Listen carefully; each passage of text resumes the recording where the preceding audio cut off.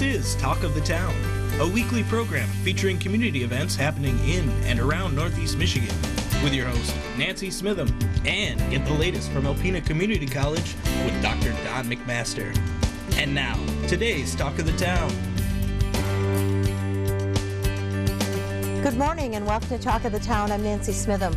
My first guest today is Jerry Lacrosse from St. Vincent de Paul Society right here in Alpena. Good morning, Jerry. Good morning, Nancy. It's good to be here. Thank you for being here so much. And I know that for all of the benevolent organizations in our community, this seems to be even a busier time of year. Even though you're there providing services year-round, the holiday season really seems to add a punch. It does. The thing is, it's hard because we do this all year, like you said. We do not do like a specific Christmas basket or toys. We let Toys for Tots do that. They're an excellent organization. They are. And so why double up on things? You know, our focus is mostly on services like electricity and heating and, you know, those kinds of things. Food, our food pantry is amazingly busy. And you have an amazing food pantry. Give me an idea of what a normal box would look like for a family that came to pick up some food. Well, it depends on the size of the family because it's very much catered to that. Okay. She also, trying to think, sorry. She also caters to like people who are gluten-free. Wow. I mean, if you let her know what those things are, Kathy is excellent at packing a box for your family, very specific to your family. But they'll get 2 or 3 meats, they'll get vegetables, they'll get fruit, cereal, cleaning products. Wow. We have lots of fresh vegetables normally. I mean, that's something, you know, breads, cakes. I mean, one of my favorite stories about the pantry is the little girl was in the cart with their mom, and Kathy overheard them speaking that it was her birthday. Oh. So she reached to the freezer and she pulls out this decorated birthday cake that was donated. And she's like, "That's for me?" She was just thrilled. This little girl was going to have a decorated birthday cake. Amazing. Yeah. Things we take for granted. Yeah, you don't think about it. You don't think about not having those things. Now, you mentioned a very generous community. We do. Our donations coming through the store are amazing. I mean, we have 15,000 square feet, and it is packed. And if you pay attention, if you want to get on our Facebook page, Sherry's very good about putting what's on sale this week. Like today is Wednesday. On this Wednesday, she has everything in the store 50% off. Oh my goodness. So you have to just watch our Facebook page. I'm definitely not going in there today. Oh, yeah, it's going to be crowded. It's going to be crowded. It's going to be crowded. But the thing is that, you know, I've heard so many people say, well, I don't need to shop there. It's like, it's not for the people that are poor. We'll give them what they need. But the people who shop there are you and me. I'm a good customer. Yeah. Very happily a good customer. And we use that money to fund all of the things that we do, the electricity, the medical help, you name it. It's endless. It is. One of the precepts of the society, you know, is based on from the Catholic Church, and it says, no need is foreign to the society. So ask us. We might not be able to do it all, but we'll be able to help with something. I mean, we've buried people, we've moved people, we've done all kinds of things. Now, how do people get help from you? What is the process? You call our helpline, which is 989-884-1341. Someone will answer the phone, and we have a traveling cell phone and someone will answer it and give you an appointment. And we have appointments 2 days a week. Or they'll come out. We might just come out to your house and help you. Okay. Some things we can take care of right over the phone. Some things need an appointment. But call that number, and they will. Somebody will be there to help. Okay. Now I know cash donations, of course, always accepted and welcomed. Yes. And what about any other kind of donations? What kind do you need this time of year? Right now, like I said, the store is just overflowing. But anything, we take everything pretty much except building supplies and furniture, and we don't take those things because those things are better distributed through Habitat for Humanity. You know, again, we don't need to duplicate services. We need to work together, and all of the service groups work together. So they can go right across the street to Habitat for Humanity. That's correct. And look for furniture and building supplies and paint and all those good things. Correct. Okay. So then you have a real simple process for donating. You pull up and somebody comes out instantly. You don't have to sit and wait. You don't have to wonder. And they'll tell you instantly if it's something they'll take or not. That's correct. It's really good and it's easy. And, you know, we just ask, please don't drop something off that's broken or stained or badly damaged or misused, because then you have to pay for a dumpster for that. That's right. If you wouldn't use it, don't give it to us. Really? I mean, if you've outgrown it and you can't use it, that's one thing. But if you wouldn't use it for yourself, then don't dump it. Makes sense to me. Yeah. And what hours is the store open? For the winter, we're open 9 to 5. Okay. Monday through Friday. Okay. And I think it's 10 to 5 on Saturday. Okay, and you're closed Sunday? We're closed on Sunday. Very good.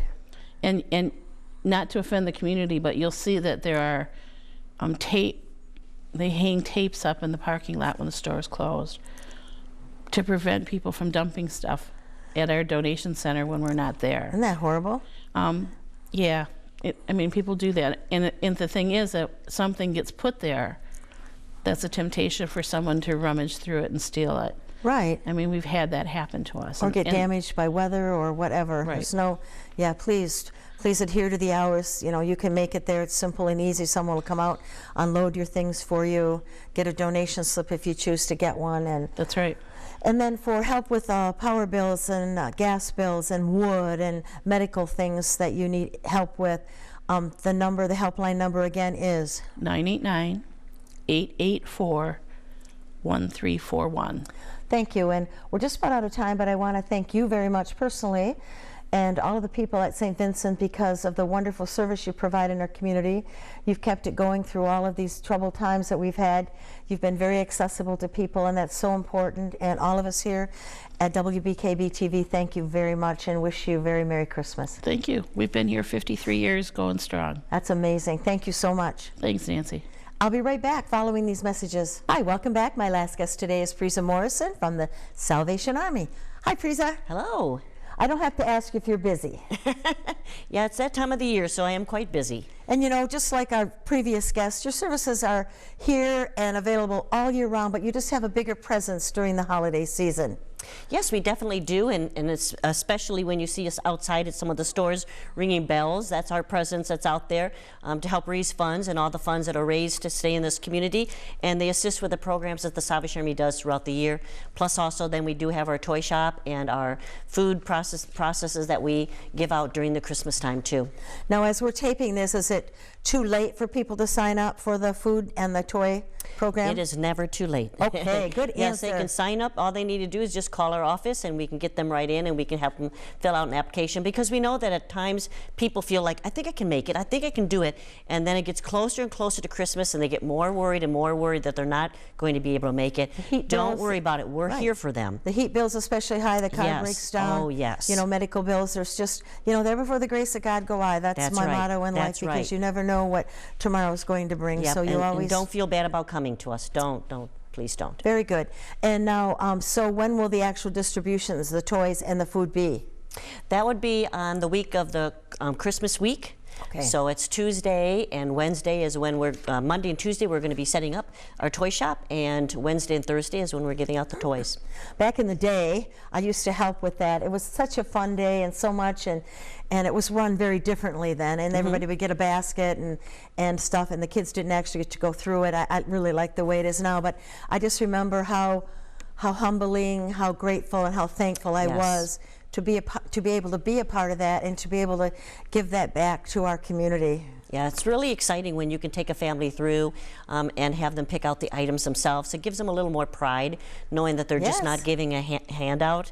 that they're able to pick out the items and go, oh, Johnny would love that, or Susie would love that, or can I have that? And it's just a lot of fun to take them through and see how excited they are to see something there that their child would like to have. Again, with our Angel Tree program, there are some specific angel gifts that we do have aside for special requests that people make, but generally anyone could drop off any kind of toy at any time and we put it out in the toy shop. And red kettles, that is so important this time of year. I always thank your gentleman who's been doing it for more than 25 years. Every time I see him, thank you so much for doing this. And he's so personable and so friendly, and what a great volunteer you have, or a paid person, whichever he is, which is very good that you've had him for 25 years. Yes, this is his 25th year, Tim Hart. And he rings usually at either Purchase or at Walmart.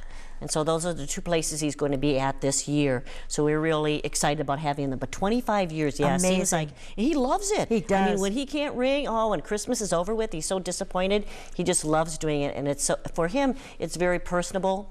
And he really loves to interact with people, and so it's great to have him. And right now we're doing pretty good with our Christmas goal. Let me we have know about how $65,000 is what we have right now. Frieza. So we're at 41% of our goal. So we're really excited about that. This time last year we were in the 30s. So to be in the 40s make us feel pretty good. So, yes. But again, I think it's because when people are going through difficult times in their own life, they know that there's always someone who's going through something more difficult. And so we just see that more giving is given because they know that there's someone out there in need that's worse off than they are.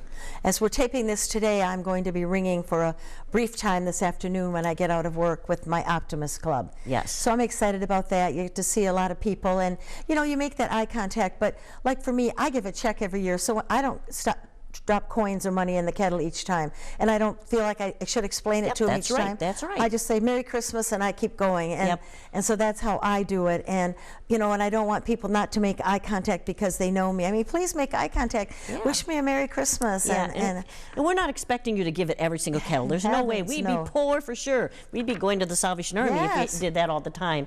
And so we know. So when you walk by, don't feel embarrassed. Just smile and say hi to the bell ringer, and know that you've already given, and that's all that we're asking you for. And so, but sometimes people feel like that. I go, please don't feel that way. Just smile and walk by and say thank you to our bell ringer to encourage them for what they're doing while they're ringing out there.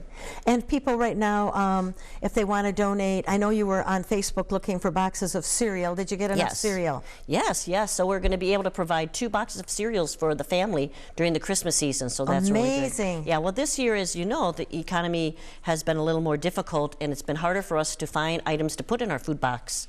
We were a little concerned about some meat, and was able to get some meat quickly from one group, and so we're still, thinking, okay, are we going to have our boxes? Because we don't want the boxes just for Christmas. We want it to last a few more days after, too, so they won't have to ask for assistance for a while. So, yeah, we're really excited about doing those items. So you can drop cash off at the thrift store. You can drop it off at the Salvation Army offices on 2nd Avenue. You can put a check in the kettles. There's lots of ways to give and make it easy. And where are all the kettles located? They're located at the post office, at Save-A-Lot, at Big Lots, at Fitzpatrick, at Purchase, at Tractor Supply, at the Walmarts and Purchase. Very good. So you have lots of good locations. Yes, we do. Okay, so what kind of assistance do you offer this time of year to families other than the food and toys? Well, we also help people with assistance with their utility bills and also some emergency housing. We also do a lot of referrals. We also help people with the food pantry and personal care items if there's any personal care items they may have. And also we go out of the box. So someone might come in and say, I need a job, but I need a driver's license, or I need to get my birth certificate. Someone just recently, we helped with some fuel oil too, and some gas. And so we're really trying to go outside of the box because we know some agencies have some restraints, and here, because we're the local Salvation Army, we do things locally, and so we have a little more control to say, yeah, let's help with that. I got someone a pair of boots who needed a pair of boots, and so we do things that are out of the box. We don't have it strictly. That's wonderful. This is what it is. Okay, and what are the hours of your thrift store? Okay, the hours of our thrift store is Monday through Saturday from 10 o'clock to 5 o'clock. 10 to 5. So lots of times, and once again, an easy donation process. You pull in, the bell rings, somebody runs out, they unload your car, they offer you a donation slip if you want one, and they take your stuff and go away. It's so painless and easy. And as we said with our previous guest, if it's not something that you don't want because it's broken or something's wrong with it, please don't take it to the Salvation Army. Yes, because again, it cost us with having someone come and take those items from us. And so that money that we could have used to help someone in our social services office, now we can't because we're using it for dump. So do you have a phone number for people to call to get assistance? Oh yes, 989-358-2769. We are out of time. I can't believe how fast this goes, but know. as with the other guests, thank you so much for you and your volunteers and your staff for all the hard work you do in our community, for your dedication to our community, and for making it a much better place to live. Well, without your support, we wouldn't be able to do it. Thank you. Thank you. Please stay tuned for Dr. Don Mcmaster following these messages. Greetings, everyone, and welcome to Talk of the Town. I'm Dr. Don Mcmaster, president of Alpena Community College. Pleased to have as our guest this morning Jay Walterwright, Director of Public Information and Marketing at ACC. Jay, welcome. Thank you. It's nice to be on this side. I have to say this couch is a little more comfortable than that chair over there. Yeah, and you know, for those of you who aren't regular viewers, Jay often fills in for me when I can't do this, and does a wonderful job. Thank you. And we're talking today about another piece of work that comes out of Jay's shop, which is a wonderful reflection of the college and an aggregation. Yes. And that is the annual report. Yes. You know, the annual report is a publication that is a pleasure to do every year because it helps me remember all of the good things that happened at the college in the previous year. You know, so many good things happen, and you know, we have so many good faculty and staff, and our students are high achievers and have great stories. It's often easy to kind of miss all of that. It's like drinking out of a fire hose sometimes. So the annual report is an opportunity to write it down and have it on paper and have pictures so we can celebrate those stories. And I very much enjoy going through that history. So that is so true, everything you've said there. The part about, for me, the pace of things that happen, you know, is so fast that you aren't often able to dwell like you might think you could on things that worked out real well. And this really functions as a way to grab all that and go back. And it's a really nice looking magazine, well, thank you. too. And what do you have on the cover? Well, that's one of our best stories, I have to say, from last year, which is our cross-country team, which came in first in the nation in aggregate GPA. So #1 in the nation as academic All-Americans. Very proud of that. Each one of those athletes is a great student and a great runner. They try very hard. Coach Jacobs is inspirational to them, and I've worked with him. He's wonderful to work with, and it's just a great story. We're very proud of them, and very proud of the way that they represent the college. Well put, all of that. Coach Jacobs is a phenomenal runner himself. He's a believer in running as kind of an organizer of life, I think. Yes. And for these young men, you know, they're up early during the season, you know, 5 o'clock in the morning, get out of bed and run 6 or 8 or 10 miles and come home, take a shower, and go to class. You know, and that's reflected in their grade point. Yeah, and they study hard. They work very hard. Yeah, very true. And then what would be some of the other things for that the folks who pick up one of these will see? Well, a lot of people don't really want to hear about COVID anymore. I might be one of those people, but the COVID pandemic played a significant role in our operations last year. I have to say, though, that it's a great success story for the college, that we were able to identify the challenges in front of us. We were able to adapt quickly and in a very good way so that we could guarantee that we could still offer courses to our students, that our students could excel. And we had a very successful year that way. The students, I think, embraced remote learning. This is something that the college has been working on for several years now. Some people who are familiar with the college might remember that ACC made a significant investment in some video conferencing technology about 5 years ago. And that move turned out to be a little, well, it anticipated the need that we might have to go away from face-to-face instruction for a little while. And that's what happened to us for spring semester in 2020. Nobody wanted to do it. I don't think anybody really enjoyed it, but it was necessary for everyone to adapt to the COVID-19 situation. Yeah. And I think we did a very good job of that. Yeah, I agree. That was, it seems in some ways like 5 years ago, but it really wasn't. Very fluid, fast changing, trying to keep people safe, trying to keep the college running, trying to deliver a quality instructional product. All of those things we were figuring out on the fly like everybody else. That's right. But the VCS component was really something that we had in place and kind of knew how to do that most schools didn't. And it was embraced by our faculty, and I have to say done very well. I think our students were able to plug in to that new system. The faculty were very helpful. Our faculty always are. We're very proud of our one-on-one instruction, and we think it's integral to who we are as an institution. And that got us through that spring semester. And then for this past year, remote courses played a significant role, more so than previously. Yeah, if people are now community colleges really have to provide an array of options: face-to-face, online, video conference, or some sort of hybrid of all of those. And the students tell us what they want. And in some cases they want face-to-face very much, in other cases not so much. And yeah, that whole year has just been transformational and just an inflection point. It's hard to know, but a steep one. Very steep. You also have some very nice pieces in there about Vandlar Hall. Yes, another significant story and an achievement, considering everything else going on, was the renovation of Vandlar Hall. I would encourage anybody who hasn't been there recently to stop by the college and just walk through that building. It's amazing the way it looks now. It's been renovated. Some of the spaces are completely new, and I have to say beautiful. The student center, which overlooks the river, is amazing. It's just very uplifting.